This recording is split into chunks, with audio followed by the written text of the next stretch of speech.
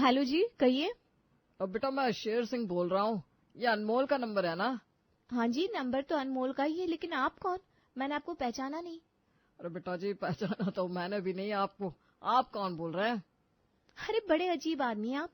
Phone आपने मिलाया है तो आप बताएंगे ना आपको किससे बात करनी है और कहाँ से बोल रहे हैं आप। उल्टा आप मुझसे ही मेरा परिचय मांग रहे अरे आप तो नाराज हो गए बेटा जी। मैं शेर सिंह, प्रतापगढ़ वाला मामा। अरे आप अनमोल से एक बार बात तो कराओ मेरी। शेरू मामा कह के मेरी गोदी में खेलता था अनमोल। अब मेरा परिचय सुनकर आपको तसल्ली हो गई हो तो कम से कम अनमोल से बात तो करवा दो, वरना इतना ही बता दो कि मेरी बात आखिर हो किससे रही है। हैं। माफ कीजिएगा मामा जी, गलती हो गई। मैं अनमोल की पत्नी रिद्धि बोल रही हूँ। अनमोल अभी अपना फोन घर पर छोड़कर चले गए हैं। जैसे ही वो लौट कर आएंगे मैं उन्हें बता दूंगी कि आपका फोन आया था। क्या बात कर रहे हो बेटा जी? अनमोल ने शादी कर ली और हमें पता तक नहीं चला। अनमोल से कहना मामा जी भूले नहीं है, अपना हिसाब बराबर किए बिना चैन से नहीं बैठेंगे। इतना कहकर शेर सिंह गुस्से में फोन काट देता है। अरे ये कौन से मामा जी हैं जो हिसाब बराबर करने वाले हैं? ऐसा क्या कांड किया हुआ है अनमोल ने जो मामा जी ऐसी धमकी दे रहे हैं? रिद्धि अभी अपने पति अनमोल के बारे में सोचकर अंदाजा लगा ही रही थी कि दरवाजे पर बेल बजती है। रिद्धि देखती है कि अनमोल सामने खड़ा है। अरे अनमोल, तुमने तो कभी बताया नहीं। तुम्हारे प्रतापगढ़ में कोई शेर सिंह नाम के मामा जी भी रहते हैं? मामा जी का नाम सुनकर मानो अनमोल का चेहरा डर से पीला पड़ गया। तुम्हें मामा जी के बारे में कैसे पता? उनका फोन आया था क्या? हाँ, उनका फोन आया था और वो तुम्हारे बारे में पूछ भी रहे थे। कह रहे थे तुम्हारी शादी हो गई, तुमने उन्हें शादी में बुलाया भी नहीं। क्यों भाई, ऐसी भी क्या दुश्मनी है तुम्हारे उन मामा जी के साथ कि अपनी शादी में उन्हें बुलाना तक जरूरी नहीं समझा? अरे छोड़ो ना उन्हें, एक नंबर के पियक्कड़ आदमी है वो। शादी में फुल टाइट होकर जाते हैं और फिर यहाँ वहां बवाल करते फिरते हैं। इसीलिए खानदान की किसी भी शादी में लोग उन्हें बुलाना पसंद नहीं करते। मुझे ऐसा क्यों लग रहा है अनमोल कि तुम झूठ बोल रहे हो? तुम शायद भूल रहे हो कि जब भी तुम झूठ बोलने की कोशिश करते हो ना, तुम्हारी दाईं आंख फड़कने लगती है। और तुम्हारी जानकारी के लिए बता दूं, मामा जी का नाम सुनने के बाद से ही लगातार तुम्हारी दाईं आंख बुरी तरह से फड़फड़ा रही है। अब तुम सीधा सीधा सच बताते हो या फिर तुमसे सच निकलवाने के लिए कोई और हथकंडा अपनाओ? रिद्धि यार, तुम तो एक बात के पीछे पड़ जाती हो। अब क्या मैं चोर डकैत नजर आता हूँ तुम्हें? क्या लगता है तुम्हें ये प्रतापगढ़ वाले मामा जी के यहाँ डकैती मैंने की है जो उनका नाम सुनकर मेरी आंख फड़केगी? लग तो मुझे यही रहा है, क्योंकि जब तुमने डकैती वाली बात कही ना, तुम्हारी आंखें फड़फड़ाना बंद हो गई। अब तुम सीधे सीधे सच बताते हो या मामा जी को बुलाऊं? अरे बताता हूं ना। देखो, ये तो तुम्हें पता ही है कि आज मेरा बर्थडे है और मेरे हर बर्थडे पर शेर सिंह मामा जी बर्थडे विश करने के लिए मुझे फोन करते हैं। और जो उन्होंने तुम्हें बताया ना कि बचपन में मैं शेरू मामा कहकर उनकी गोद में खेलता था, वो सब बिल्कुल सही है। सच में मामा जी ने बचपन से ही मुझे बहुत प्यार किया है। अपने सगे बच्चों से भी ज्यादा प्यार और दुलार दिया है मामा जी ने मुझे। यार, तुम्हारी बातें ना मुझे बहुत कंफ्यूज करी है अनमोल। अगर तुम्हें तुम्हारे मामा जी से इतना प्यार था और मामा जी ने तुम्हें बचपन से इतना लाड किया है, तो फिर ऐसी भी क्या दुश्मनी थी उनसे कि तुमने उन्हें अपनी शादी के बारे में बताया तक नहीं? अब क्या बताऊं तुम्हें। हाँ, ये बात सच है कि मैंने उन्हें अपनी शादी के बारे में नहीं बताया। अब मैं क्या करता, मजबूरी थी मेरी। मुंह छुपाए घूम रहा हूं मामा जी से आज तक। हर साल मेरे जन्मदिन पर फोन करते हैं वो और बधाई देते हैं, लेकिन फिर भी मैंने उन्हें कभी बताया नहीं कि हमारी शादी हो गई है। अरे मामा जी के डर से ही तो माँ ने हमारी कोर्ट मैरिज करवाई, ताकि किसी रिश्तेदार को कानों कान खबर ना पड़े कि हम दोनों की शादी हो गई है। अनमोल, अभी कुछ ज्यादा ही नहीं हो रहा है? क्यों बातों को जलेबी की तरह छान रहे हो? सीधा सीधा क्यों नहीं बताते? आखिर ये सब क्या ड्रामा चल रहा है? अभी रिद्धि और अनमोल बातें कर रहे थे कि इतने में एक बार फिर से अनमोल के फोन पर मामा जी का फोन बजने लगता है। अनमोल घबराकर लपक के फोन उठा लेता है। हेलो मामा जी। अरे भांजे, अच्छा हुआ कि तूने फोन उठा लिया। अभी थोड़ी देर पहले मैंने फोन किया था, किसी लड़के ने फोन उठाया और कहने लगी तेरी पत्नी बोल रही है। देख, अभी भी समय है, सच सच बता, वो लड़की तेरी पत्नी थी या नहीं? अपने मामा के बिना शादी कर ली है क्या तूने? अरे मामा जी, आपने जिस लड़की से बात की वो मेरी पत्नी ही थी। दरअसल ना अभी कुछ दिन पहले ही हमारी शादी हुई है, लेकिन हमने कोर्ट मैरिज की है। वो मेरी पत्नी रिद्धि के पापा काफी बीमार थे और उनकी अंतिम इच्छा थी कि वो हमारी शादी होते हुए देखे। बस इसलिए उनकी इच्छा को पूरा करने के लिए हम दोनों ने जल्दबाजी में कोर्ट में शादी कर ली। आप ऐसा बिल्कुल भी मत समझिए कि हमने शादी में आपको इनवाइट नहीं किया। चलो, जो हो गया सो हो गया, लेकिन अब बहू को आशीर्वाद देने के लिए तो हमें आना ही पड़ेगा ना। और बेटा, तुझसे ये उम्मीद ना थी शादी चाहे जिस भी परिस्थिति में हुई हो, लेकिन तुझे फोन करके बताना तो चाहिए था ना। और फिर बहुत रह लिया हमने भी अमेरिका में। अब सोच रहे इंडिया आकर अपना पुराना हिसाब किताब बराबर कर ले। इस महीने की 10 तारीख को हम अमेरिका से लौट के आ रहे हैं। और बेटा तुम्हारे साथ भी तो अपना पुराना हिसाब बाकी है, वो हिसाब भी तो देखना है। हिसाब की बात सुनकर अनमोल एकदम से सक पका जाता है। अरे मामा जी, इतनी लाखों की दौलत है आपके पास, सारी जिंदगी विदेश में रहकर डॉलर में पैसा कमाया है आपने, जाने दीजिए ना, आपके ऊपर क्या फर्क पड़ जाएगा। ऐसे कैसे जाने दो, तुझे अपने सगे बेटे की तरह लाड़ और दुलार किया है मैंने। अब हिसाब करने की बारी आई है तो तू पीछे हट रहा है। अच्छा, अब मैं समझा, तेरी शादी हो गई है इसलिए अब तू मामा को भूल गया है। अरे नहीं नहीं मामा जी, ऐसी कोई बात नहीं है, आप ऐसा क्यों सोच रहे हैं। अगर वाकई ऐसी बात है तो ठीक है, फिर आ रहे हैं हम 10 तारीख को अपना हिसाब किताब बराबर करने। और भाई बहुत लंबा समय बीत गया, अब हिसाब नहीं करेंगे तो और कब करेंगे। माना कि शहर के इतने बड़े डॉक्टर बन गए हो, लेकिन हमारे लिए तो भांजे ही रहोगे हमारे। जी जी मामा जी, बिल्कुल आ जाइए, आप अपना ही घर समझिए। इतना कहकर अनमोल फोन रख देता है। शेरू भैया का फोन था क्या? हाँ, मामा जी का ही फोन था। वो अमेरिका से आ गए हैं और 10 तारीख को अपना हिसाब किताब बराबर करने के लिए हमारे घर आ रहे हैं। मुझे तो समझ में नहीं आ रहा माँ, अब इस मुसीबत से कैसे निपटेंगे। अरे मुझसे क्या पूछ रहा है नालायक, जब मैंने कहा था कि पढ़ाई लिखाई कर ले तब तो तेरे सर पर बिजनेस करने का भूत सवार था। ना डॉक्टर बना, ना ढंग का कोई बिजनेस खुला, बस नाक कटा कर रख दी तूने। अरे माँ, मुझे कोसना बंद करो। फिलहाल ये सोचो कि जो मामा जी से 30 लाख रुपए लिए थे उसके लिए क्या बहाना बनाना है। मामा जी तो इस बार वाकई हिसाब किताब बराबर करने के मूड में नजर आ रहे हैं। मुझे लगता है अपना 30 लाख लिए बिना इस बार नहीं जाएंगे वो। अरे बेटा 30 लाख तो अपनी जगह ठीक है, लेकिन मैं तो ये सोच सोच के घबरा रही हूँ। भैया ने तुझे वो रकम डॉक्टर बनने के लिए दी थी, याद है तुझे कैसे उनके पैरों में गिर कर तूने उनसे पैसे मांगे थे। और उन्होंने भी यही सोचकर तुझे पैसा दे दिया था कि कल को तू डॉक्टर बनेगा, दवा खाना खुलेगा तो खानदान का ही नाम रोशन होगा। लेकिन अब जब वो यहाँ आकर देखेंगे डॉक्टर तो क्या, तू एक कंपाउंडर भी नहीं बना, तो उनके दिल पर क्या बीतेगी। देखो माम, मैं ना सोच सोच के पहले ही घबरा रहा हूँ। अब तुम ये सब बातें कहकर मुझे और मत डराओ। मेरे पास ना एक आइडिया है। देखो, वो सिर्फ 2 दिन के लिए यहाँ आने वाले हैं। 12 तारीख की सुबह ही उनकी अमेरिका वापस जाने की फ्लाइट है। 2 दिन के लिए कुछ ऐसा चक्कर चलाते हैं कि उन्हें पता ही ना चल पाए कि मैं डॉक्टर नहीं बन पाया हूँ। देख ले बेटा, अगर ऐसा हो सकता है तो इससे अच्छी बात कोई और दूसरी हो ही नहीं सकती, नहीं तो पूरी बिरादरी में थू थू हो जाएगी हमारी। मामा जी को अपना झूठा डॉक्टर होने का रुतबा दिखाने के लिए अनमोल अपने घर को दवाखाने में बदल लेता है। अरे अनमोल बेटा, ये क्या कर रहा है तू? पूरे घर में ये हरे हरे पर्दे क्यों टांग रहा है? अरे माँ जी, आपको पता नहीं है क्या, अपने घर को दवाखाने में बदल रहे हैं। और दवाखाने में कोई रंग बिरंगी नहीं बल्कि हरे रंग के पर्दे ही लगाए जाते हैं। कुछ तो कॉमन सेंस लगाइए। सबसे पहले अनमोल तू ऐसा कर, अपने लिए एक डॉक्टर वाला सफेद कोट सिलवा ले, उसके बाद एक बड़ा सा बोर्ड बनाकर घर के बाहर लगा देते हैं। अनमोल, एक आइडिया है मेरे पास। ऐसा करो, बोर्ड पर लिखवाना शेर सिंह दवाखाना। जब मामा जी आकर हॉस्पिटल अपने नाम पर देखेंगे ना, तो तुम्हारे 30 लाख में से 15 लाख तो ऐसे ही माफ कर देंगे। अरे आइडिया तो वाकई गजब का है। तो फिर ठीक है, मैं अभी बोर्ड के लिए ऑर्डर दे देता हूँ। अरे बेटा, मुझे तो ये समझ में नहीं आ रहा, घर के पर्दे बदल गए, किराए पर बेड लाकर डाल दिए, नकली अस्पताल का बोर्ड भी लग गया, लेकिन ऐसा कोई अस्पताल देखा है जिसमें कोई मरीज ही ना हो? अब मरीज कहाँ से पकड़ कर लाएगा तू? माँ, तुम भी कमाल करती हो।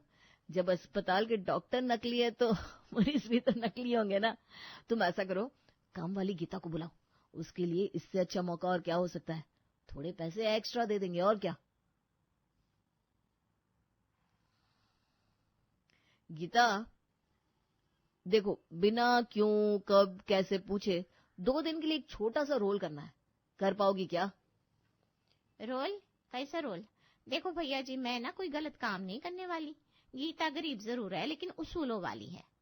अरे तो हम तुमसे कौन सा डकैती करवा रहे हैं, बस तुझे 2 दिन तक यहाँ बेड पर लेटना है और मरीज बनने का नाटक करना है। मरीज बनने का? लेकिन मुझे कौन सी बीमारी हुई जो मैं मरीज बनूं? और वैसे भी अनमोल भैया, आपके घर में कौन डॉक्टर है जो मेरा इलाज करेगा? ये चल क्या रहा है आपके यहाँ पर? अरे तुझे बोला ना, ज्यादा दिमाग नहीं चलाने का, सिर्फ नोट गिन और मुंह पर ताला लगाकर चुपचाप बिस्तर पर लेटी रह। पैसे कमाने हैं कि नहीं? अच्छा ठीक है, जैसा आप लोग कहो। बताओ मुझे क्या करना है। बन जाएगी मैं मरीज, लेकिन एक दिन का 2000 लेगी मैं। अच्छा ठीक है, दे देंगे।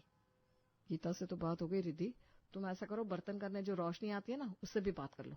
जैसे ये गीता तैयार हो गई है, रोशनी भी इनकार नहीं करेगी। हाँ बेटा, मरीज का तो इंतजाम हो गया, और सोच लो जिन चीजों की जरूरत है वो सब किराए पर ले आओ। किसी तरह 2 दिन भैया इस झूठ को सच मान ले, उसके बाद तो सब चांदी ही चांदी है। दोनों कामवालियों को एक दिन का 2-2 हजार देने का वादा करने के बाद अनमोल ने उन्हें मरीज बनने के लिए राजी करवा लिया था। माँ, ये गीता और रोशनी तो मरीज बन के भर्ती हो गई, लेकिन एक बात बताओ, डॉक्टर के पास तो ओपीडी में भी मरीज आते हैं ना, और जब मामा पूरा दिन यहाँ रहेंगे, एक भी मरीज इलाज कराने के लिए नहीं आएगा तो कहीं उन्हें शक ना हो जाए। और बेटा तो फिर 1-2 मरीजों का और इंतजाम कर ले, जिन्हें गोली देकर वापस भेज देना। मैं भी वही सोच रहा हूँ। ठीक है, ऐसा करो रिद्धि, तुम अपने भाई को बुला लो, वही पेशेंट बनकर आएंगे और मैं उन्हें दवा दे दूंगा। अरे तुम जानते हो ना अनमोल, पैसे के बिना मेरे दोनों भाई 1 इंच भी नहीं हिलने वाले। मैंने उनसे बात की थी, एक दिन का 10,000 मांग रहा है। अच्छा ठीक है भाई, जो मांग रहे दे दो। सब कुछ तय हो चुका था। 10 तारीख की सुबह ही मामा जी अनमोल के यहाँ पहुंच गए थे।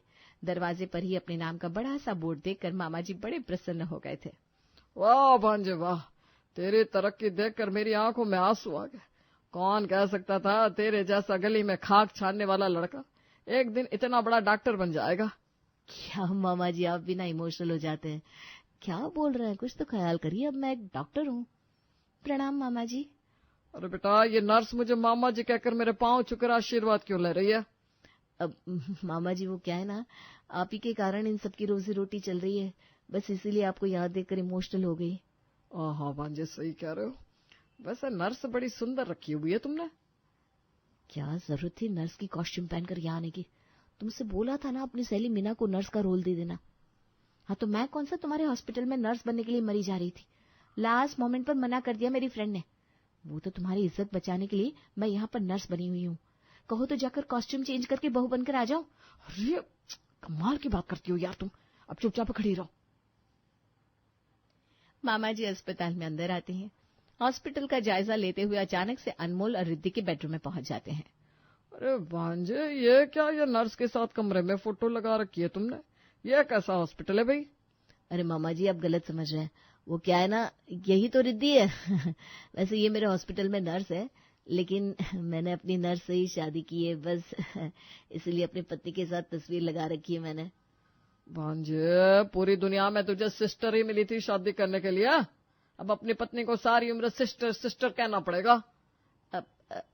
छोड़िए ना मामा जी, आइए आपको मैं अपने पेशेंट से मिलवाता। देखिए, ये है गीता कुमारी। इनके पैरों में लकवा मार गया है, पिछले 6 महीने से चल फिर नहीं पा रही है, लेकिन अपनी तरफ से पूरी कोशिश कर रहा हूं मैं। अरे मेम साहब, जल्दी लेकर जाओ ना इस बूढ़ों को यहाँ से। मेरे पैर में ना बहुत जोर से मधुमक्खी काट रही है, और मैं चाहकर भी अपना पैर नहीं ला सकती। मैं बता रही हूँ, अब 2000 नहीं 3000 लूंगी मैं। हाय, ये जान निकल रही है मेरी। अब अरे चल ठीक है ना, मामा जी सामने खड़े हैं, पैसों का हिसाब किताब बाद में कर लेंगे, कहीं बाकी थोड़ी ना जा रहे हैं। गीता से मिलने के बाद अनमोल मामा जी को लेकर अपनी दूसरी पेशेंट यानी कि काम वाली रोशनी के पास पहुंचता है। डॉक्टर साहब, कल जो आपने इंजेक्शन लगाया था, उसके बाद कई सालों के बाद मैं चैन से सोई हूँ। आप महान हो, आप महान हो, आप महान हो। मामा जी, इस पेशेंट को ना नींद ना आने की बीमारी है। कई साल बाद कल ये पूरी रात आराम से सोई है तो थोड़ी इमोशनल हो गई है। रात तो हो ही गई है सिस्टर रिद्धि, ऐसा करो इंजेक्शन लेकर आओ और मेरे सामने ही लगा दो इस पेशेंट को। मैं अपनी आंखों से ये नेक काम होते हुए देखना चाहता हूँ। अरे छोड़िए ना मामा जी, मैं बाद में विजिट पर आऊंगा तब लगा दूंगा।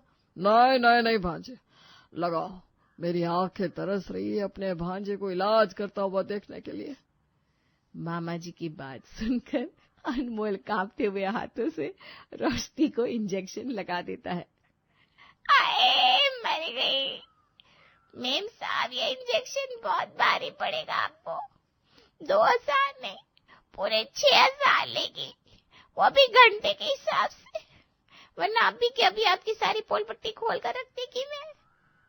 रिद्धि किसी तरह से रोशनी को शांत करती है और मामा जी को वहां से लेकर उनके बेडरूम में पहुंच जाती है। मामा जी आज आपने काफी देर हॉस्पिटल में विजिट कर लिया, अब आप आराम करिए, बाकी के पेशेंट से कल मिल लीजिएगा। हाँ, मामा जी को बेडरूम में छोड़ने के बाद अनमोल और रिद्धि भी अपने कमरे में आते हैं। अनमोल, तुम्हारा ये झूठ ना बहुत महंगा पड़ रहा है। अरे तुम्हें पता भी है रोशनी और गीता दोनों मुंह फाड़कर पैसे मांग रही हैं।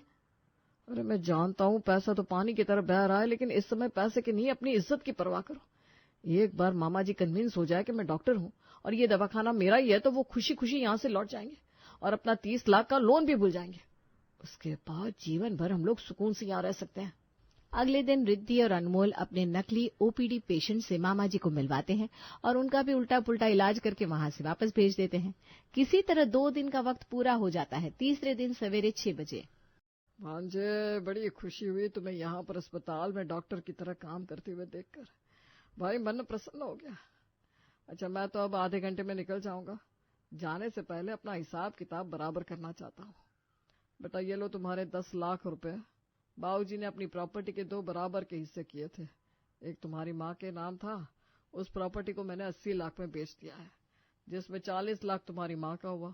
30 लाख तो मैं तुम्हें पहले दे चुका हूँ। ये लो बचे हुए 10 लाख। अब से तुम्हारा और हमारा हिसाब किताब बराबर। क्या कहा? आप ये हिसाब बराबर करने की बात कर रहे थे? इसका मतलब आप पहले से जानते थे कि नाना जी ने अपनी आधी संपत्ति माँ के नाम की है? और नहीं तो क्या, वरना क्यों मैं तेरे जैसे निकम्मे सड़क छाप को 30 लाख रुपए देकर इतना बड़ा दांव खेलता। मैं तो जानता ही था कि ये तो तेरा ही पैसा है, बस समय पर तेरे काम आ गया, इस बात की मुझे खुशी है। लेकिन मामा जी, आप तो फोन करके उस वादे के बारे में बात करते थे, वो सब क्या था? अच्छा, वो वादा? अरे तो भूल गया क्या? 10 साल पहले जब तू हमारे यहाँ आया करता था तो लूडो में मुझे हराने की बात करता था। बस वो बाजी हमारी अधूरी रह गई थी। उसके बाद मैं अमेरिका चला गया और फिर कभी साथ में बैठकर खेलने का मौका ही नहीं मिला। बेटा, अभी भी मेरी फ्लाइट में आधे घंटे का समय है। आज अपना वादा पूरा कर ही लेते हैं। लेकर आ लूडो, हो जाए एक बाजी। मामा जी की बात सुनकर रिद्धि, अनमोल और उसकी माँ अपना सर पकड़ लेते हैं और इस तरह अपनी लूडो की बाजी पूरी करने के बाद मामा जी तो विदा ले लेते हैं और इधर बेचारे रिद्धि और अनमोल 10 लाख में से 5 लाख रुपए इस नकली दवाखाने को बनाने का बिल भरने में खर्च कर देते हैं और अपनी किस्मत पर आंसू बहाते हुए बचे हुए 5 लाख को देखने लगते हैं। आज शर्मा जी के घर में हलचल है, क्योंकि आज उनकी प्यारी बेटी घर जो आ रही है। किसी भी माँ बाप के लिए इससे अच्छा पल क्या ही हो सकता है जब उनकी प्यारी बेटियां घर आए। लेकिन यहाँ खुशी और खौफ का मिला जुला संगम है। सुनकर चौंक गए क्या? हाँ, लेकिन ये सच है। चलिए देखते हैं आखिर क्या है इस खौफ की वजह। पूरे घर को जल्दी जल्दी ठीक किया जा रहा है। हेमा, धर्मेंद्र, रोहन सब काम पर लगे हुए हैं, जल्दी जल्दी सामान उठा रहे हैं। तभी अचानक दरवाजे पर दस्तक होती है। अरे वाह, आज तो मेरा घर बड़ा ही साफ सुथरा लग रहा है। मैं तो वारी जावा मेरी माँ पर। तभी हेमा देखती है कि तनु के पीछे वाले दरवाजे से कपड़े गिर रहे हैं, तो वो जल्दी से उसे लाकर सोफे पर बिठा देती है और जाकर कपड़े उठाने लगती है। बेटा, यहाँ बैठ जा, थक गई होगी ना, बड़ी दूर से आई है बेटा। अकेले माँ ने नहीं किया है, बल्कि मैंने और पापा ने पूरी हेल्प की है। क्या मतलब? ये घर अभी साफ किया है तुम लोगों ने? हेमा रोहन को नीचे से लात मारती है। अरे ये तो पागल है बेटा, अब घर हम इतना ही तो साफ रखते हैं, इसको तो बस जुबान चलाने की आदत है। अच्छा माँ, आप बैठो, मैं किचन से पानी लाती हूँ। अरे नहीं नहीं नहीं बेटा, तुम बैठो, मैं लेकर आती हूँ। और इतना कहकर वो जल्दी से जाने लगती है। तनु भी उनके पीछे पीछे जाने लगती है। तभी देखती है कि कमरे में पापा सारा कचरा झाड़ू से पलंग के नीचे कर रहे हैं। तनु दबे पांव कमरे में आती है। ये क्या कर रहे हो पापा? कुछ भी नहीं बेटा, वो तो बस यूं ही वो कचरा हो गया था। मैं समझ गई, आप लोगों की सफाई। आप लोग कभी सुधरने वाले नहीं हो। मेरे आने की बात सुनकर जल्दी से ये सब कर रहे हैं ना आप लोग। तभी तनु पापा के हाथ से झाड़ू लेकर पलंग के नीचे झाड़ू मारती है, तो वहाँ नीचे से कोल्ड ड्रिंक के बोतल, चिप्स के खाली पाउच, खाने के प्लेट्स, मार्केट के डिस्पोजल और न जाने क्या क्या निकलता है। ये है सफाई आप लोगों की। मैं पहले ही समझ रही थी कि आप लोग और इतनी सफाई, ये कॉम्बिनेशन कुछ समझ में नहीं आया। अब हेमा और रोहन पीछे खड़े देख रहे थे। रोहन गुस्सा हो रहा है। ये पापा भी ना एक काम ठीक से नहीं करते। अरे दीदी आई थी 2-3 घंटे के लिए, चली जाती, लेकिन नहीं, पापा ने सारा काम बिगाड़ दिया। अब दीदी पूरे 2-3 दिन रुकेगी और पूरी सफाई करके जाएगी। अब तनु लग जाती है अपने मायके के सफाई अभियान पर। जैसे ही किचन में जाती है तो किचन में चारों तरफ बर्तन फैले हुए हैं और हर तरफ डिब्बे, मसाले, दालें फैली हुई है। सिंक बर्तनों से भरा पड़ा है। जैसे तैसे तनु 1 घंटे में किचन को साफ करके बाहर आती है। फिर किचन से बाहर आकर वो अपनी माँ से चाय बनाने को कहती है। मम्मी यार, अब तो आपका किचन साफ कर दिया है, अब तो 1 कप चाय बनाकर पिला दो, तब तक मैं आपका रूम सेट कर देती हूँ। तनु रूम में चली जाती है और वहाँ जाकर देखती है कि बेड पर भी सारा सामान फैला हुआ है। वो सब समेटने लगती है। फिर साफ करते करते तनु अपने मम्मी पापा के कपड़ों की अलमारी खोलती है और अलमारी खोलते हैं पूरा सामान तनु के ऊपर आ जाता है। पापा, मम्मी, क्या है ये? यहाँ आओ जल्दी। मम्मी पापा भागते हुए आते हैं। अरे बेटा, तूने ये अलमारी क्यों खोली? हाँ, मुझे पता है, आपने यही सोचा होगा, अभी आई है, कोई नहीं, 2 घंटे में वापस चली जाएगी, अभी चाय जैसे भी भर दो। ये देखो, चाय के कप निकल रहे कपड़े की अलमारी में से। ये देखो, कंघी इसके अंदर पड़ी है। मतलब आप लोगों का जवाब नहीं है। जो चीज़ जहाँ होनी चाहिए वहाँ ना होकर बाकी पूरे घर में मिल जाएगी। पापा मम्मी एक दूसरे की शक्ल देखने लगते हैं। हाँ, शक्ल तो आप लोग यूं देख रहे हो जैसे फिल्मी हीरो हीरोइन धर्मेंद्र और हेमा आप ही तो हो। नाम तो देखिए, माशाअल्लाह, नानी और दादी ने छट कर रखे थे, फिर भी सुभान अल्लाह, ऊपर वाले ने जोड़ी भी बना दी। और फिर जोड़ी भी ऐसी कि दोनों की कुंडली में 36 के 36 गुण मिल गए। मतलब एक कामचोर तो दूसरा उसका सरदार। तभी पीछे से रोहन कहता है, मैं कौन हूँ दीदी फिर? तनु चप्पल लेकर उसके पीछे भागती है। फिर तनु अलमारी साफ करती है और तब तक मम्मी चाय भी रेडी कर देती है। आ जाओ बेटा तनु, चाय पी लो। सब बैठकर चाय पीने लगते हैं। तब रोहन भी बाहर से आ जाता है। बैठ जा तू भी और चाय पी ले। रोहन, अब तो इतना छोटा नहीं है कि घर का छोटा मोटा काम तू ना कर सके, लेकिन नहीं, क्या मजाल जो एक सामान 1 इंच भी इधर से उधर हिल जाए। अरे बेटा, अब शांत भी हो जा। तुझे आए हुए 2 घंटे से ज़्यादा हो गया है, लेकिन तूने राहत की सांस नहीं ली। ज़रा बैठ कर आराम से चाय तो पी ले। अरे आप पीने दोगे तब ना। मेरे ससुराल आओ कभी, आप लोगों को दिखाऊं कि मैनेजमेंट क्या चीज़ होती है। तो कब आओ दीदी फिर? वहाँ ऐसे काम नहीं चलेगा जैसे तुम यहाँ बिना नहाए पड़े रहते हो। और अगर ना भी रहे हो तो शाम को 5 बजे, कभी 8 बजे। वहाँ हर काम एकदम टाइम टू टाइम होता है। अच्छा, ऐसा भी होता है क्या बेटा?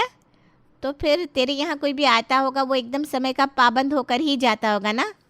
अरे माँ, वहाँ सब एकदम अपना हर काम ठीक से करते हैं, लेकिन अगर कोई नहीं भी करता है तो सीख जाता है। अभी 3 महीने पहले मेरी मौसी सास की लड़की यानी कि मेरी ननद आई थी। वो जब आई तो हर काम में लेजी, लेकिन जब गई ना तो क्या बताऊं, खास मेरी मौसी सास का फ़ोन आया मेरे और मम्मी के पास। कह रही थी, क्या काया पलट हो गई है मेरी बच्ची की। अच्छा, ये तो बहुत बढ़िया बात है। तभी बैठे बैठे तनु के दिमाग में आइडिया आता है। आप लोग क्या कहते हो, चलोगे मेरे घर? देख रही हो मम्मी, अब वो घर इनका है। देख रही हो ना। अरे चुप हो जा, ज़्यादा भड़काया मत कर मम्मी पापा को। अच्छा सुनो ना मम्मी, मैं क्या कहती हूँ कि मैं जब यहाँ से जाऊँगी ना तब मैं आपको वहाँ बुला लूँगी किसी बहाने से, क्योंकि ऐसे आपको भी वहाँ अच्छा नहीं लगेगा ज़्यादा दिन रुकना। हाँ बेटा, ये ठीक है, तू जा, उसके बाद हम लोग भी आ जाएंगे। इसके बाद तनु अगले दिन अपने ससुराल चली जाती है और फिर एक दिन सुबह सुबह रोहन, धर्मेंद्र और हेमा जी तीनों ही अपनी बेटी के ससुराल आ जाते हैं। तनु थोड़ा अपनी सास के सामने नाटक करती है। अरे मम्मी पापा, आप लोग आ गए हैं? आइए आइए आइए। आइए आइए समधन जी, बैठिए समधी जी। अरे बहू, तूने बताया नहीं तेरे मम्मी पापा आने वाले हैं? अरे मम्मी जी, मुझे कहाँ पता था। वो तो आज रोहन का फ़ोन आया कि हमारे घर के बिल्कुल पास में ही एक बिल्डिंग में कंस्ट्रक्शन चल रहा है और उससे ना पापा को बहुत एलर्जी हो रही है, जिससे पापा को बहुत खांसी भी हो रही है। तनु सास के पीछे खड़ी थी और पापा को इशारा करती है कि थोड़ा खांसने की एक्टिंग करो, लेकिन पापा तो देखते ही नहीं। तभी रोहन पापा को साइड से नोच लेता है। पापा जोर से चिल्लाते हैं, अरे क्या है ये, नोच क्यों रहा है तू मुझे? रेखा जी ये सब देखकर एकदम चौंक जाती है और अजीब तरीके से देखने लगती है। तनु सिर पर हाथ रख लेती है। हे भगवान, ये मैंने क्या आफत मोल ली। ये सब के सब मेरी इज्जत मिट्टी में मिलवा कर मानेंगे। अब जब सर दिया ओखली में तो मुसलों से क्या डरना। तनु चल, लग जा अपनी ड्यूटी पर। अरे क्या सोच रही है बहू खड़ी खड़ी? जा जाकर मम्मी पापा के लिए पानी लेकर आ और लगे हाथ चाय भी बनने के लिए रख देना। जी मम्मी जी। तनु चली जाती है। इधर रेखा जी सबसे बातें करने लगती है। आप लोगों ने बड़ा ही अच्छा किया यहाँ आकर। इसी बहाने ही सही कुछ दिन साथ में तो बिताएंगे। हाँ, लेकिन बेटी के घर में इतने दिन अच्छा नहीं लगता। अरे भाभी जी, आप भी क्या बीते ज़माने की बातें कर रही हो। अब कौन ये सब मानता है, बेटा बेटी सब एक बराबर है। आप यहाँ बिल्कुल बेहिचक होकर रहिए और कैसी भी फिक्र करने की कोई ज़रूरत नहीं है। उधर तनु किचन में। तनु बेटा, तूने यहाँ बुला तो लिया है, अब मम्मी पापा को एकदम ठीक करके ही घर पहुँचाना है, नहीं तो तेरी वही हालत होगी, खाया पिया कुछ नहीं, गिलास थोड़ा बाहर आना। तनु सबके लिए चाय लेकर आती है और सब चाय पीते हैं। फिर उसके बाद दोपहर के खाने की तैयारी होती है। तनु अपनी माँ को सब्जी काटने के लिए दे देती है। माँ, आप तब तक ज़रा ये मेथी और धनिया साफ़ कर दो ना, मैं दाल चढ़ाकर आपकी हेल्प के लिए आती हूँ। तनु किचन में चली जाती है। इधर धर्मेंद्र जी मनोज जी के साथ उनके कमरे में बैठे हैं।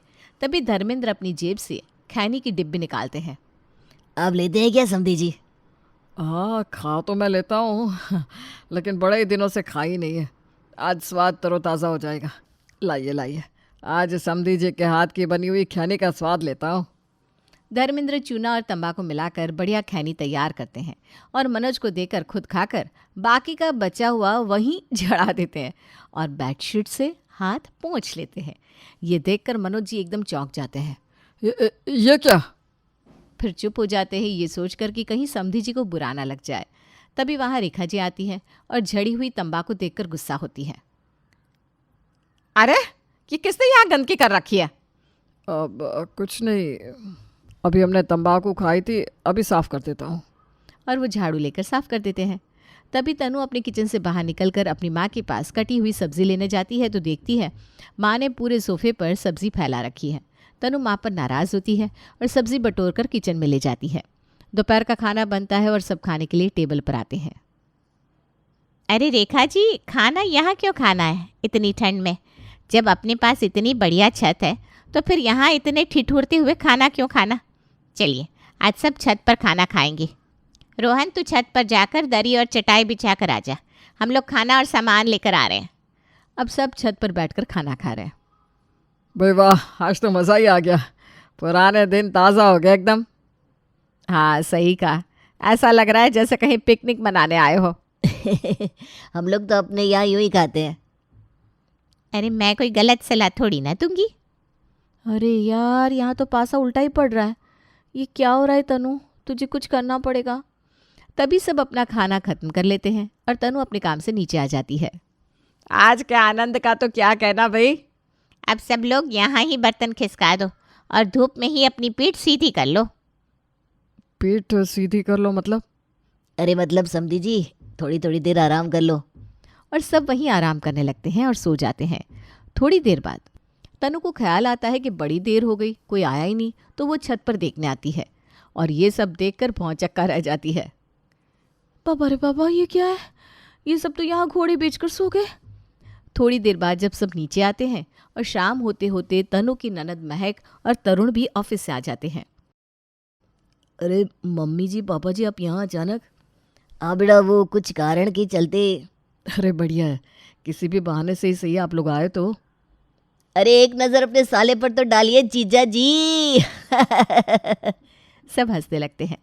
तभी महक सबके लिए सलीके से चाय बनाकर लाती है और सब चाय एंजॉय करते हैं। अब सब वहीं मूवी देखने लगते हैं और चाय के कप वहीं पड़े रहते हैं। अब तब तक शाम के खाने का टाइम हो जाता है। तभी तनु किचन में जाती है और देखती है कि किचन में कहीं भी कुकर नहीं है। अब तनु सबको आवाज़ लगा रही है लेकिन कोई सुन ही नहीं रहा। तनु गुस्से में ड्राइंग रूम में आती है और देखती है सब के सब आड़े टेढ़े पड़े हुए हैं और मूवी देखने में बिजी हैं। तनु जोर से आवाज़ लगाकर पूछती है, कोई मुझे बताएगा कुकर किधर है? तभी हेमा जी बोलती है, अरे वो तो ऊपर ही पड़ा होगा। ऊपर मतलब? अरे ऊपर मतलब छत पर। दोपहर में खाना खाए थे ना, तो कुछ बर्तन तो उठा लाए, कुछ बर्तन वहीं पड़े हुए रह गए। हेमा माता जी, अब धन्य है। चरण कहाँ है आपके? अब इतनी ठंड में रात में मैं कुकर साफ करूंगी। राधा तो अपने टाइम से काम करके चली गई। तनु, ये कौन सा तरीका हुआ अपनी मम्मी से बात करने का? फिर तनु गुस्सा होकर चली जाती है और छत से कुकर उठाकर लाकर साफ करती है और सबके लिए सब्जी बनाती है। सब खाना खाते हैं और अपने अपने कमरे में सोने के लिए चले जाते हैं। अब 2-3 दिन ऐसे ही बीतते हैं। फिर तनु नोटिस करती है कि उसने अपने घर वालों को यहाँ सुधरने के लिए बुलाया था, लेकिन यहाँ तो उसका पासा ही उल्टा पड़ रहा है। यहाँ इनको देखकर सुधरने की बजाय मेरे ससुराल वालों को ही बिगाड़ रहे हैं। अब रोज छत पर खाना, फिर खाना खाकर वहीं सो जाना। देर रात तक मूवीज और वेब सीरीज देखना डेली रूटीन हो गया था। तरुण और महक जो तनु को डेली ऑफिस जाने से पहले थोड़ी थोड़ी हेल्प करते थे, वो अब हेल्प करना तो दूर, टाइम पर उठ भी नहीं पा रहा है। फिर एक दिन सुबह सुबह तनु जल्दी जल्दी करके सारा काम कर रही थी। वो अपने रूम में जाती है और तरुण को जगाती है, लेकिन तरुण नहीं जागता। तरुण उठ जाओ जरा, देखो तो टाइम क्या हो रहा है, ऑफिस के लिए लेट हो जाओगे, जरा मेरी हेल्प भी करा दो। अरे यार क्या है तनु, सोने दो ना, अभी आधे घंटे पहले जाकर रेडी होकर मैं चला जाऊंगा, अभी नहीं जाग सकता, बहुत लेट सोया था, मूवी बहुत लंबी थी। तनु महक के रूम में जाकर महक को जगाती है, पर महक भी नहीं जागती। दीदी जाग जाओ ना, ऑफिस के लिए लेट हो रहा है। भाभी मुझे बहुत तेज नींद आ रही है, मैंने रात में हाफ डे की मेल कर दी थी, अभी मुझे सोने दो प्लीज। ये क्या हो गया मेरे घर को, आज तक तो इन्होंने ऐसी गुस्ताखी नहीं की, अब इनकी मूवी और वेब सीरीज खत्म ही नहीं हो रहे। फिर तनु चाय लेकर सासू माँ के रूम में जाती है और गेट खटखटाती है। मम्मी जी चाय ले लो, गर्मा गर्म चाय बन गई है आपकी। रेखा जी रूम के अंदर से ही जवाब देती है। अरे बहू, अभी तो सुबह के 7:30 बजे हैं, किसने चाय पीनी इतनी सुबह, तो बिना नींद खराब करने चली आती है। तनु चौंक जाती है। हे प्रभु प्रेमानंद, ये क्या हो रहा है? क्या ये मेरा वही घर है जहाँ सब सुबह 7 बजे जाग जाते थे और आज यहाँ मेरे सिवा सब आराम फरमा रहे हैं? फिर तनु भी गुस्से में नीचे पार्क घूमने चली जाती है और सोचती है, अब देखती हूँ ये लोग कब जागते हैं। लेकिन ये क्या, देखते देखते 10 बज जाते हैं, घर में कोई भी नहीं जागता। तनु वापस घर आ जाती है। वो अपने रूम में जाकर देखती है कि तरुण तो अभी भी सोया पड़ा है। तभी तरुण के ऑफिस से कॉल आता है। Hello, oh my God, I am really sorry sir, मैं भूल गया था। नो सर, एक्चुअली मैं ना कहीं स्टक था, इसलिए लेट हो गया, बस 1 घंटे में ऑफिस पहुंच रहा हूँ सर। फोन रखते ही तरुण तनु पर चिल्लाता है। तनु, तुमने मुझे जगाया क्यों नहीं? मैं आज सोता ही रह गया, आज एक बहुत इंपॉर्टेंट मीटिंग थी। मैंने आपको कितना जगाने की कोशिश की, लेकिन अब सारी बातें छोड़ो और रेडी होकर निकलो जल्दी। फिर तरुण ऑफिस के लिए निकल जाता है। उसके बाद सब एक एक करके उठ कर आ रहे हैं, कोई 11 बजे, कोई 12 बजे। बहू चाय ला जल्दी से, कितनी देर हो गई, आज तो तूने चाय भी नहीं दी, घड़ी तो देख 12 बज रहा है। तनु चाय लेकर आती है, तब तक उसकी माँ हेमा भी पीछे से आ जाती है। क्या मम्मी, मैंने चाय नहीं दी? तू तो लाई थी, लेकिन तब नींद ही इतनी गहरी थी। कुछ भी कहो समधन जी, आपकी फिल्मों की चॉइस बहुत बढ़िया है। अरे नहीं भाभी जी, कल वाली तो मेरी चॉइस की थी। वैसे आज मैं सोच रहा हूँ, आज हम लोग नीचे नहीं बल्कि छत पर बॉन फायर बनाकर टेंट लगाकर मूवी का मजा लेंगे। बाकी लैपटॉप तो है ही बच्चों के पास, क्या कहते हो भाई साहब? तनु के कानों में सारी बातें जा रही थी। बेचारी पूरे घर के बर्तन और कपड़े समेट रही थी और अकेले ही काम में लगी थी। शाम होते होते छत की पार्टी की तैयारियां शुरू हो गई। तनु थोड़े से पॉपकॉर्न भी बना लेना, बिना पॉपकॉर्न के मज़ा नहीं आएगा। मम्मी ज़रूरी है क्या पॉपकॉर्न? आप भी ना किसी काम में हेल्प नहीं कर रही है, बल्कि बढ़ा रही हो। अरे बहू, तू भी ना मम्मी को कुछ भी कह देती हो, हैं? अभी वो लोग वैसे भी अपने मुश्किल समय में यहाँ आए, फिर चले जाएंगे, और कल तो संडे है, किसी को ऑफिस भी नहीं जाना। ये सुनकर तनु के दिमाग में तरकीब आती है। बस अब और कर लो आज पार्टी, यही रात अंतिम, यही रात भारी, बस एक रात की अब कहानी है सारी। उस रात उन सब की पार्टी खूब चलती है। तनु भी एंजॉय करती है। फिर अगले दिन सुबह संडे के कारण सब आराम से उठते हैं। फिर नाश्ता करते हुए तनु के फ़ोन की घंटी बजती है। तनु फ़ोन उठाती है। अच्छा, क्या आंटी? अरे वाह, ये तो बड़ी अच्छी न्यूज़ बताई आपने।